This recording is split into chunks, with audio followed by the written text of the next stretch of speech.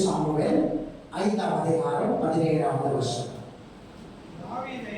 தாவீதை இஸ்ரவேலின் மேல் ராஜாவாக அபிஷேகம் பண்ணினார்கள். தாவீதை இஸ்ரவேல் மேல் ராஜாவாக அபிஷேகம் பண்ணினார்கள். இப்பதான் அபிஷேகம் பண்ணாம இல்லை, ஏற்கனவே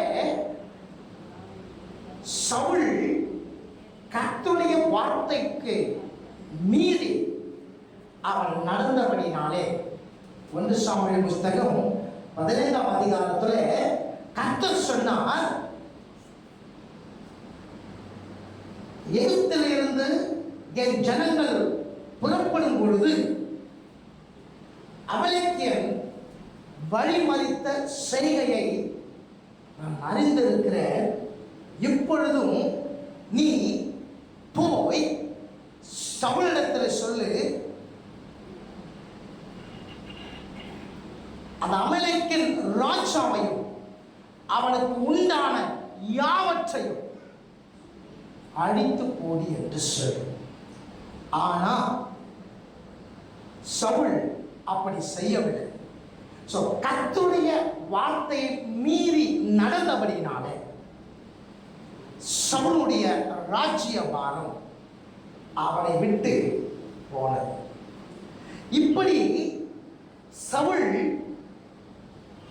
கர்த்தருடைய வார்த்தையை மீறி நடந்துட்டானே அப்படின்னு சாமுவேல் துக்கித்து அழுது கொண்டிருக்கிற வேளையில கர்த்தர் சாமுவேலை பார்த்து சொல்லுகிறார், நீ ஏன் அழுதுட்டு இருக்க? நீ எழுந்துரு, நான் ஈசாயின் மகன்ல ஒருத்தரை தெரிந்து கொண்டேன், நீ போய் அவனை அபிஷேகம் பண்ண. அப்போ உடனே என்ன பண்றாரு? எழுந்து முகத்தெல்லாம் தொடச்சிக்கிட்டு சாமுவேல் கிளம்பிட்டார். எதுக்கு அப்படின்னா, அடுத்த ராஜாவா வரப்போகிற அவரை அபிஷேகம் பண்ண. அப்போ ஈசாயுடைய மகன் மூத்தவன் வரான். எழுந்து அவன் அபிஷேகம் பண்ணுவதற்கு எழுந்து நிற்கிறாரு. ஆண்டவர் சொல்றாரு, நீ வந்து என்ன பண்ற? முகத்தை பார்க்குற, நான் என்ன பண்றேன்? நான் உள்ளத்தை பார்க்குறேன், இவன் கிடையாது அப்படின்னு சொல்றேன். அடுத்தவன் 3வது 4வது 5வது இப்படி எல்லாம் போயிட்டு கடைசியாக ஒருத்தன் வரான். அவன் யார் அப்படின்னா, ஆடுகளை மேய்ச்சிருந்தவன். சாமுவேலுக்கு கொஞ்சம் கூட இவன் ராஜாவாக தேவனால தெரிந்து கொள்ளப்பட்டவன் என்ற ஒரு நினைவு கூட இல்லை. உட்கார்ந்து இருக்கிறான். தாவீது வரும்பொழுது கர்த்தர் சொல்றாரு, நீ எழுந்து அவனை அபிஷேகம் பண்ணு. அல்லேலூயா. கர்த்தர் நல்லவர். ஏற்கனவே அவனை ராஜாவான தேவன் அபிஷேகம் பண்ண வைத்துட்டாரு. அதுக்கப்புறம் பல வருடங்கள் கழித்து இப்பதான் சமஸ்த இஸ்ரவேலுக்கு ராஜாவாக தாவீது அபிஷேகம் பண்ணப்படுகிறார். ஆமென். அல்லேலூயா. இப்ப சமஸ்த இஸ்ரவேலுக்கும் ராஜாவாக தெரிந்து கொள்ளப்பட்டார், அபிஷேகம் பண்ணப்பட்டார் தாவீது. இப்போ அந்த வசனத்தை வாசி. தாவீதை இஸ்ரவேலின் மேல் ராஜாவாக அபிஷேகம் பண்ணினார்கள் என்று பெலிஸ்தர் கேள்விப்பட்ட போது அவர்கள் எல்லோரும் தாவீதை தேர்வு பண்ணி என்ன பண்ணாங்க பாருங்க. ராஜாவாக அபிஷேகம் பண்ணப்பட்டதை அறிந்த உடனே யாரு? பெலிஸ்தர் யுத்தத்துக்கு வந்துட்டான். பாருங்க என்ன பண்ணிட்டான்? யுத்தத்துக்கு வந்துட்டான். இன்னைக்கு தேவனால தெரிந்து கொள்ளப்பட்டு அவர் மூலமாக தேவனுடைய சித்தம் அவர் மூலமாக வெளிப்பட வேண்டும் என்பதை குறித்து தேவன் தீர்மானித்து இருப்பார் என்று சொன்னால் உடனே என்னதான் வரும் அப்படின்னா பிரச்சனை தேடி வந்துடும். என்ன நினைக்கிறோம் அப்படின்னா, நான் கர்த்தரால் தெரிந்து கொள்ளப்பட்ட ஒரு தாசன். எக்கோ கேட்குது. நான் கர்த்தராலே அழைக்கப்பட்ட ஒருவன் அல்லது ஒருத்தி. எனக்கு எப்படி பிரச்சனை வரலாம், எனக்கு எப்படி நெருக்கம் வரலாம்? ஒன்று புரிந்து கொள்ளுங்கள், தேவனாலே தெரிந்து கொள்ளப்பட்ட உங்களுக்கு தான் பிரச்சனையும் நெருக்கமும் அதிகமாக இருக்கும். இப்ப அழகிய சொல்ல மாட்டீங்க, தெரியும் எனக்கு, நீங்க சொல்ல மாட்டீங்கன்னு தெரியும். ஏன்னா இயேசுவின் பார்க்க வருவதற்கும் இயேசுவினிடத்திலிருந்து பெற்றுக்கொள்ள வருவதற்கும் வித்தியாசம் உண்டு. நீங்க அவரையும் அவரை போல மாறவும் அவரை பார்க்க வருவீர்கள் என்று சொன்னால், அவர் கொடுத்தாலும் அவர் கொடுக்காவிட்டாலும் அவரே தேவன். அல்லேலூயா.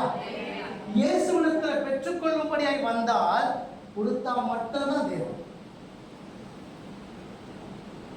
அவன் கொடுத்தா மட்டும்தான் தேவன் என்பதற்காக வரவில்லை. கொடுத்தாலும் கொடுக்காவிட்டாலும் அவரே தேவன். அல்லேலூயா. கர்த்தர் நல்லவர். இப்ப எல்லா வாழ்க்கையிலும் பிரச்சனை இருக்குதுங்க. பிரச்சனை இல்லாத வாழ்க்கை இல்லை. எல்லா வாழ்க்கையும் பிரச்சனை இருக்குது. இந்த பிரச்சனை மத்தியில நான் என்ன செய்யணும், இதான் இங்க டாஸ்க். ஆமென். அல்லேலூயா. பிரச்சனை மத்தியில நான் என்ன செய்யணும்? வாசிங்க வசனத்தை. தாவீதை இஸ்ரவேலின் மேல் ஓர் 1 1 1 2 2 4 அடுத்து வாசிக்கிறோம்னா கொஞ்சம் ஞானமா என்ன பண்ணணும், அடுத்த பரா வாசிக்கணும். முதல் அபிஷேகம் பண்ணப்பட்டாச்சு, அடுத்தது பெலிஸ்தர் வந்தாச்சு, அதுக்கான விளக்கம் கொடுத்தாச்சு. அப்ப மூணாவது வாசிக்கணும். அதை தாவீது கேட்டபோது ஒரு அரணிப்பான அரணிப்பான எங்க போனா, ராஜாவால் அபிஷேகம் பண்ணப்பட்டாச்சு. அதை கேள்விப்பட்ட உடனே அவனை வீழ்த்துவதற்கு, அவனை ஸ்தானத்திலிருந்து அவனை இறக்குவதற்கு, அவனை சிறைப்பிடிப்பதற்கு, அவனை அடிமைத்தனம் பண்ணுவதற்கு சத்துரு வந்துடுவான். ஆனா இப்போ அதுல இருந்து நாம் தப்பிக்க வேண்டும் என்று சொன்னால் நாம் ஓட வேண்டிய ஒரு இடம் இருக்கிறது. அதுதான் தேவனாகிய கர்த்தருடைய சமூகம். அல்லேலூயா. எப்படி தாவீது ஒரு அரணிப்பான பட்டணத்துக்கு அவன் கடந்து சென்றானோ பாதுகாப்புக்காக, அதே போல நீங்களும் நானும் நமக்கு எதிராக எதிரடையாக புறப்பட்டு வருகிற அந்த சத்துருவிடத்திலிருந்து நம்மை காத்து கொள்ளும்படியாக, அவனை மேற்கொள்ளும்படியாக நாம ஓடி ஒளிகிற இடம் எது அப்படின்னா அவருடைய சட்டைகளின் நிழல். ஆமென். அல்லேலூயா. கர்த்தர் நல்லவர். ஆமென். அவன் தாவீதுக்கு இப்படி நெருக்கம் வந்த உடனே அவன் என்ன பண்ணிட்டானா, ஓடி வந்துட்டான். ஓடி வந்தவன் சும்மா இருப்பானா? சும்மா இருப்பானா? மீன் வயிற்றிலே யோனா இருந்தான், சும்மா இருந்தானா? ஆஹா, எவ்வளவு அருமையான வாசனை! இந்த மாதிரி ஒரு வாசனைக்காகத்தான் இவ்வளோ நாள் நான் வெயிட் பண்ணியிருந்தேன். அப்படியே சொன்னா என்ன பண்ணா, 3 நாள் இரவும் பகலும் என்ன பண்ணுதான், தேவனை நோக்கி கதறினான்ல, கூப்பிட்டான் இல்லையா? ஸோ அப்படிதான் தாவீதும் நிச்சயம் பண்ணிருக்கணும் அப்படின்னு நினைக்கிறீங்களா, இல்ல பண்ணிருப்பான் அப்படின்னு நினைக்கிறீங்களா? நாம எப்படி இருப்போம் சொல்லுங்க? ஒரு இக்கட்டான சூழ்நிலை, ஒரு நெருக்கமான சூழ்நிலை, ஒரு பயங்கரமான பிரச்சனை, ஒரு காற்றும் கடலும் என்ன பண்ண எழும்பி எப்படி சீசர்கள் போன போட்டில் வந்து மோதி அடித்த பொழுது அவர்கள் பயந்து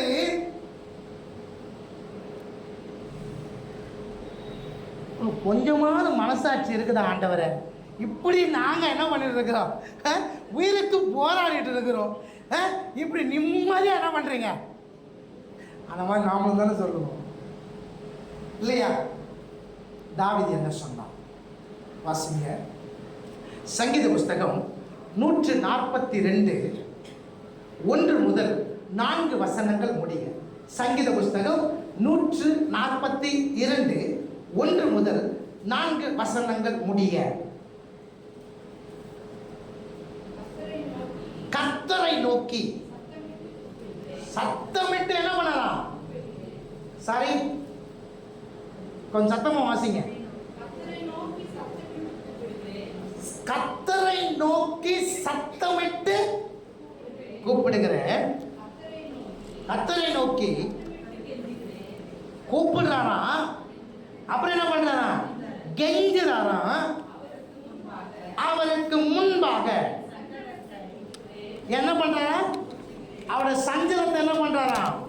ஊற்றுறாரா. அவருக்கு முன்பாக அவருடைய நெருக்கத்தை என்ன பண்றாரா? அவர் அறிக்கையிடுறாரா. என் ஆவி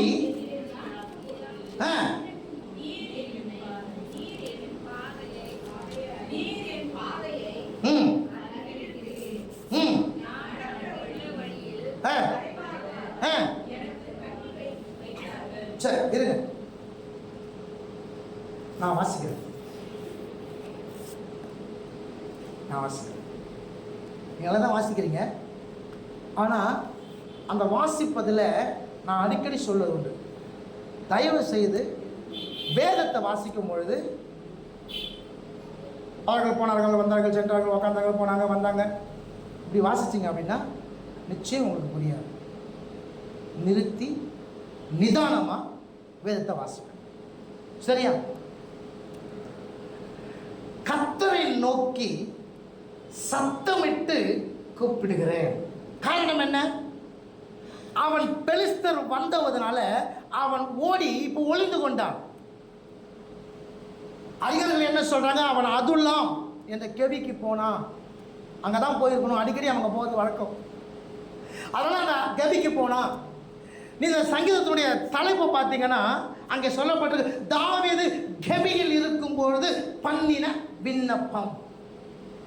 தாவீது எங்க இருந்தானா? எங்க இருந்தானா? கெபியில இருந்தான். எங்க இருந்தான்? கெபியில இருந்தான். ஒரு குகையில் அவன் இருக்கும் பொழுது அவன் பண்ணின அந்த விண்ணப்பம் என்ன? கர்த்தரை நோக்கி கூப்பிட்டான். என் கூட பேசுங்க. என்ன பண்ணனா? கர்த்தரை நோக்கி. அடுத்தது அவரை நோக்கி சத்தமிட்டு என்ன பண்றான்? அப்ப கூப்பிடுதலுக்கும் கெஞ்சுதலுக்கும் வித்தியாசம் உண்டு. கூப்பிடுறதுக்கும், கூப்பிடுவது எல்லாரும் கூப்பிடுவாங்க, கொஞ்சம் நெருக்கம் வந்தோம். கெஞ்சு நடந்தோமா நெருக்கம் அதிகமாயிடுச்சு. நெருக்கம் என்ன ஆயிடுச்சு? நெருக்கம் என்ன ஆயிடுச்சு? தண்ணி இங்கே இருக்கும் வரைக்கும் ஆண்டவரே என்னை எப்படியாவது என்ன பண்ணுங்க, என்னை காப்பாற்றுங்கன்னு சொல்லுவோம் எங்கே இருக்கும் போதே. ஆனால் தண்ணி இங்கே வந்துருச்சுன்னா என்ன ஆகும்? அடுத்த ஒரு படி மேலே ஏறிச்சுனாக்கா பாட்டு தான் பாடணும். என்ன பண்ண? என்ன பண்ண? பாட்டு தான் பாடணும். என்ன பாட்டு பாடணும்? சிங்க கேபியில் நான் விழுந்தேன், அப்படியே பாடுவோம்.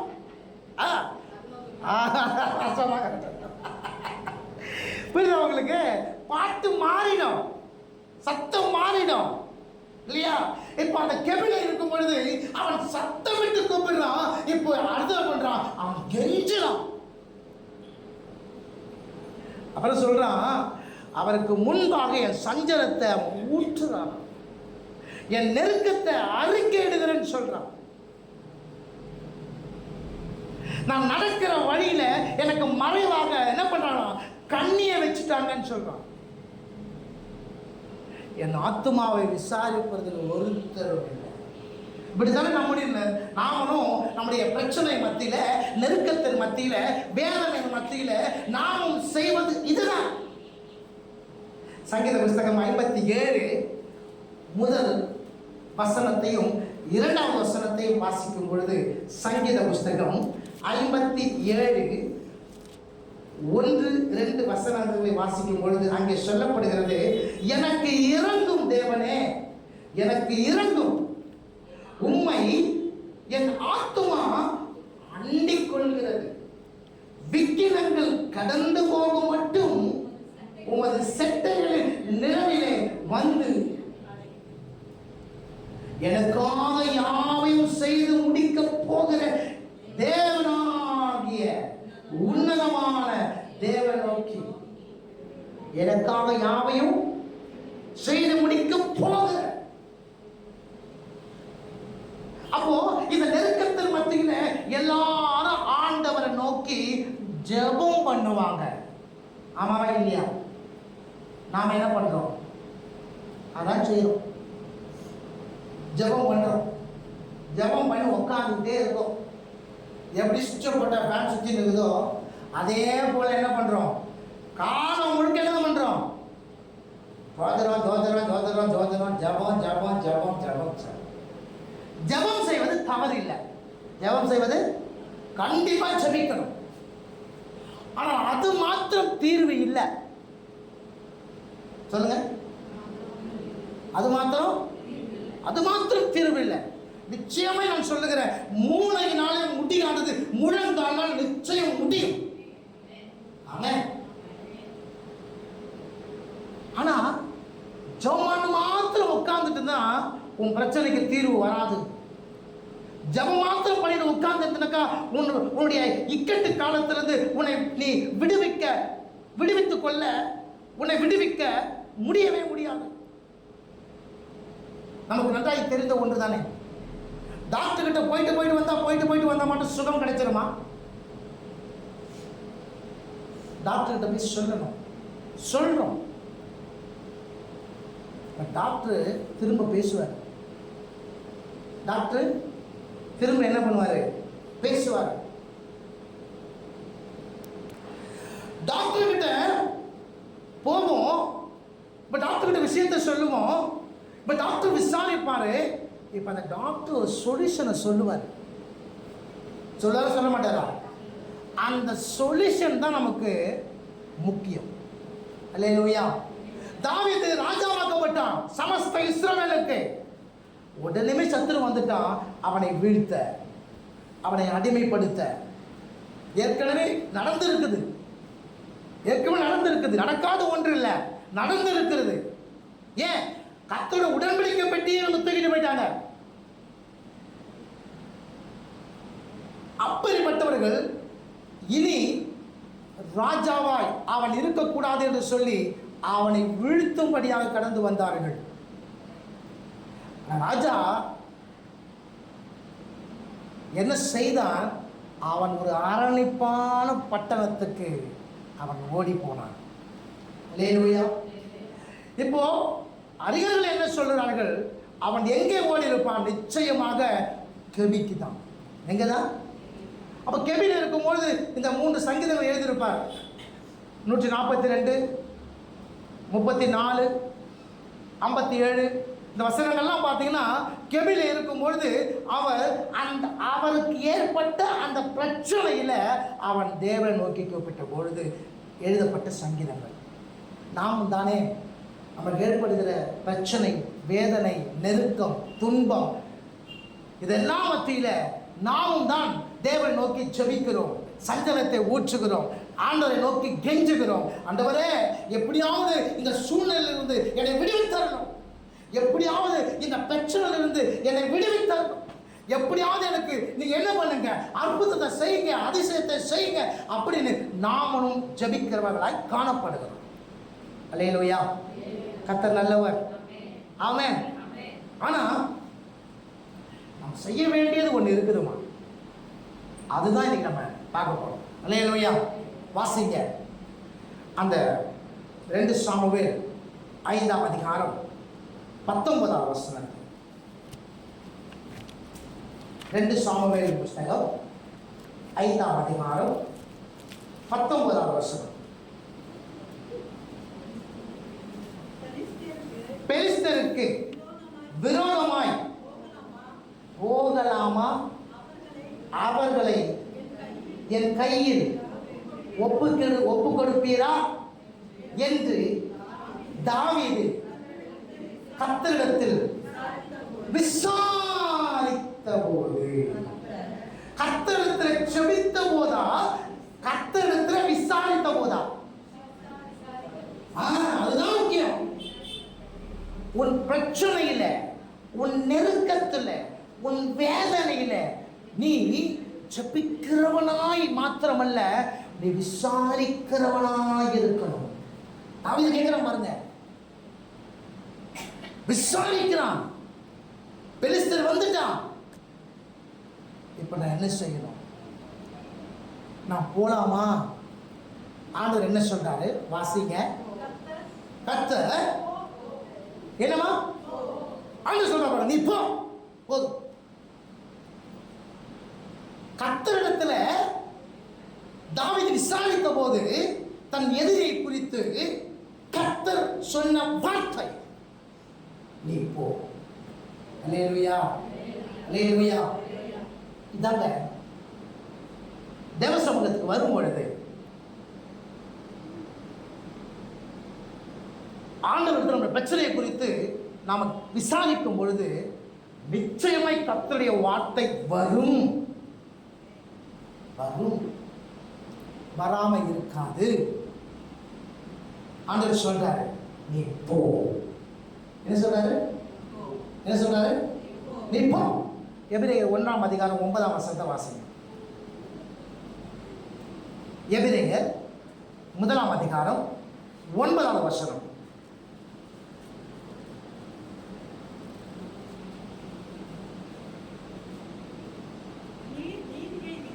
நீதியை விரும்பி, என்னவா? நீதியை விரும்பி அக்கிரமத்தை வெறுக்கிறார். ஆதலால் தேவனே, உம்முடைய தேவன் உடைய தோழரை பார்க்கிலும் உம்மை மன்னிக்கவும் ஆனந்த தைலத்தினால் ஜெபத்துக்கு வரும் பொழுது, கர்த்தரிடத்தில் விசாரிக்கும் வரும்பொழுது நிறைய பேர் என்ன செய்யறது கிடையாது தெரியுமா? நீதியை விரும்பி அக்கிரமத்தை வெறுப்பது கிடையாது. என்ன கிடையாது? நீதியை விரும்பி அக்கிரமத்தை, அப்படி சத்தம் கேட்கும். சத்தம் கேட்கணும் அப்படின்னா நீதியை விரும்பி அக்கிரமத்தை என்ன பண்ணணும்? வெறுக்கணும். இப்ப அதை வெறுத்து என்ன பண்ண? தேவ சமூகத்துக்கு போ. எல்லாருக்கும் என்ன சங்கீதம் பிடிக்கும் அப்படின்னா, சங்கீதம் 91 ரொம்ப பிடிக்கும். சங்கீதம் 91 ரொம்ப பிடிக்கும். சங்கீதம் 23 ரொம்ப ரொம்ப பிடிக்கும். ஒன்று புரிந்து கொள்ளுங்க, சங்கீதம் 51 வாசிக்காம சொல்லுங்க. சங்கீதம் 91 நீ அப்பயா விசுவாச அறிக்கை செய்யவே கூடாது. சங்கீதம் 51 படி உன் பாவ அறிக்கை எடுத்து அறிக்கையிட்டு தேவன சமூகத்தில் மனஸ்தாபப்பட்டு ஆண்டவர் சமூகத்தில் உன்னை ஒப்பு கொடுத்து நீதியை விரும்பி அக்கிரமத்தை வெறுக்கிற எண்ணம் வந்து, இப்ப சங்கீதம் 91 வாசித்து பாரு, நிச்சயமாய் அதுல இருக்கிற ஆசீர்வாதங்கள் உன்னை சூழ்ந்து கொள்ளும். ஆமென், அல்லேலூயா. இப்ப கர்த்தரிடத்தில் விசாரிக்கிறான், இருக்கும். அவன் மோசமானவன், பயங்கரமான கூட்டம். அவனை மேற்கொள்ளணும்னா ஆண்டவருடைய வார்த்தை முக்கியம். அல்லேலூயா, ஆமென். சுகம் கிடைக்கணும்னா என்ன முக்கியம்? டேப்லெட் முக்கியம். ஆமாவா இல்லையா? டாக்டர்கிட்ட போகும்போது சுகம் கிடைக்கணும், என்ன பண்ணுறீங்க? டேப்லெட் முக்கியம் தானே. டேப்லெட்டை வாங்கி வச்சுட்டு அன்புதான் ஆண்டவரே, எப்படியாவது மனம் இறங்கும் அப்பா, எப்படியாவது மனம் இறங்கும். அந்த வார்த்தை தான். அந்த மாத்திரையை சாப்பிட்டு நீங்கள் எப்படி சுகம் பெற்றுக்கொள்ளுகிறீர்களோ, மாத்திரையிலே இல்லை சுகம், கர்த்தருடைய வார்த்தையில தான் சுகம். அல்லேலூயா. இயேசுவின் தழும்புகளாலே தான் சுகம். ஆமென். விசாரிக்கும் பொழுது கர்த்தர் சொல்றாரு, நீ போ. சொல்லுங்க. 22ஆம் வசனத்தை வாசிங்க. சங்கீத புஸ்தகம், மன்னிக்கவும், 2 சாமுவேல் 5:22ஆம் வசனத்தை வாசிங்க. தாவீது கர்த்தரிடத்தில் விசாரிக்கிறதற்கு இப்போ தாவீது கர்த்தரிடத்தில் விசாரித்ததற்கு இப்போ கர்த்தர் சொல்றாரு, அவர் தான் கர்த்தர். அப்படி அவர் வந்து பார்த்தீங்களா, அப்போ அந்த இடத்துல நீங்க என்ன பண்ணணும், கர்த்தர் அப்படி நீங்க சொல்லணும். அப்பதான் அந்த வார்த்தையுடைய ஆழமும் அர்த்தமும் புரியும் உங்களுக்கு. கர்த்தர், நீ நேராய் போகாமல் சுற்றி முசுக்கட்ட செடிகளுக்கு எதிரே இருந்து. நல்லா போதும். முதல் ஆண்டவர் சொல்றாரு, விசாரித்த போது நீ போ. இப்ப 2வது 22ஆம் வசனத்தை சொல்றாரு, இப்படி முசுக்கொட்ட செடி இருக்கு இல்லையா, அது செடியில் ஆக்சுவலாக மரம், அது சுமார் 10-12 அடி வரைக்கும் வளர ஒரு மரம். இப்போ அதுக்கு எதிராக நீ போய் நின்றுக்கோ. அப்புறம் அது பின்னால போய் நில்லு. முதல்ல நீ போ. 2வது சொல்றாரு, அந்த மரத்துக்கு பின்னாடி போய் நீ நில்லு. இது 2வது வார்த்தை. 3வது 24ஆம் வசனத்தை வாசிங்க.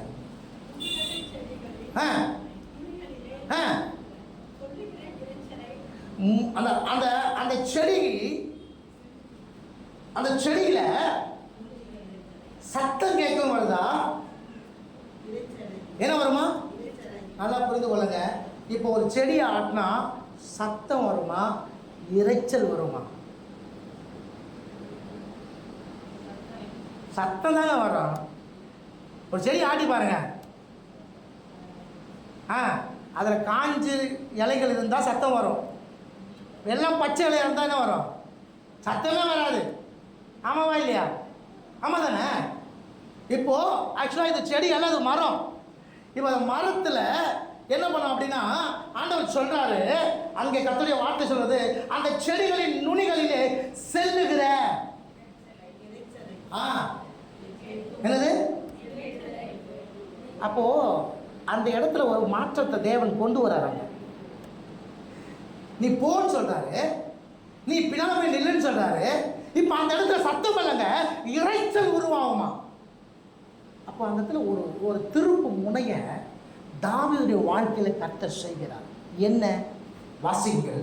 ஏசாயாக்கு எழுதின தீர்க்கதரிசன புஸ்தகம் 28ஆம் அதிகாரம் 21ஆவது வசனம். ஏசாயா 28:21. கர்த்தர் தமது கிரியையாகிய அபூர்வமான கிரியையை செய்யவும், தமது வேலையாகிய அபூர்வமான வேலையை நிறைவேற்றவும் அவர் பெராசிம் மலையிலே எழும்பினது போல எழும்பி,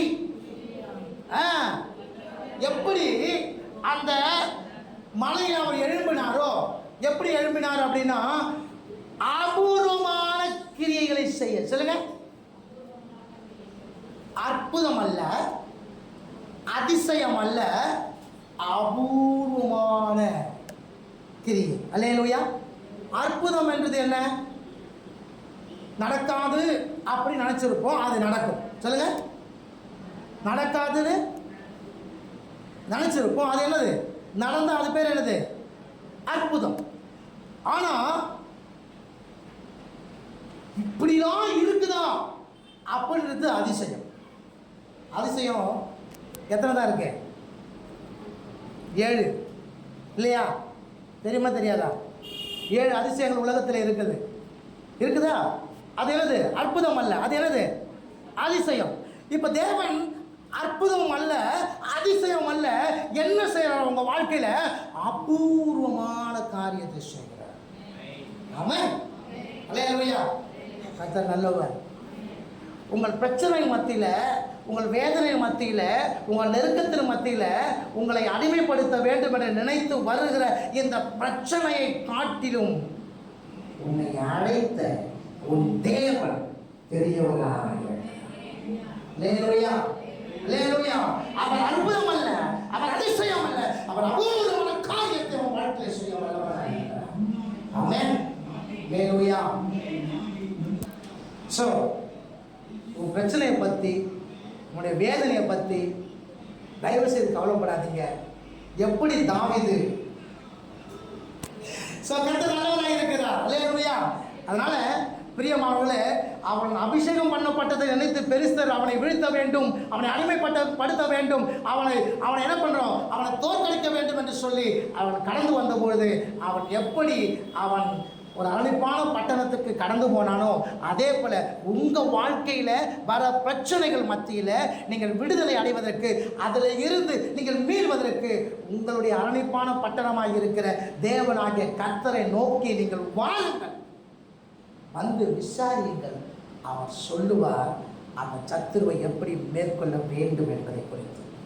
அவர் சொல்லுவார் அந்த சத்துருவை எப்படி வீழ்த்த வேண்டும் என்று சொல்லு, அதன் வழியை செய்துப்பார். அப்பொழுது உன் வாழ்க்கையில அற்புதம் அல்ல, உன் வாழ்க்கையில அதிசயம் அல்ல, உன் வாழ்க்கையில எது நடக்குதுமா, அபூர்வமான காரியங்கள் உன் வாழ்க்கையில் நடக்கும். ஆமென். அல்லேலூயா, அல்லேலூயா. கர்த்தர் நல்லவர். அதிகாரத்தை நீங்கள் வாசித்த பிற்பாடு நீங்கள் 1 சாமுவேல் 30 நீங்கள் வாசித்து பார்த்தீங்கன்னா அங்கே உங்களுக்கு தெரியும். அதுக்கப்புறம் பெலிஸ்தன் வரவே இல்லை. அல்லேலூயா. கர்த்தர் நல்லவர். உங்களுக்கு எதிராக புறப்பட்டு வருகிற சத்துருவிடத்திலிருந்து ஒரு நிரந்தர ஒரு விடுதலையை கர்த்தர் கொடுத்து உன்னை பாதுகாத்து உன்னை ஆசீர்வதித்து எல்லாருக்கும் மேல ஒரு தடையை உயர்த்த என் தேவனாய கர்த்தர் போதுமானவராக இருக்கிறார். அல்லேலூயா, அல்லேலூயா. நிச்சயமா உன் வாழ்க்கையில ஒரு திருப்பு முனை உண்டாகும் இயேசுவின் நாமத்தினால. ஆமென். கர்த்தர் நல்லவர்.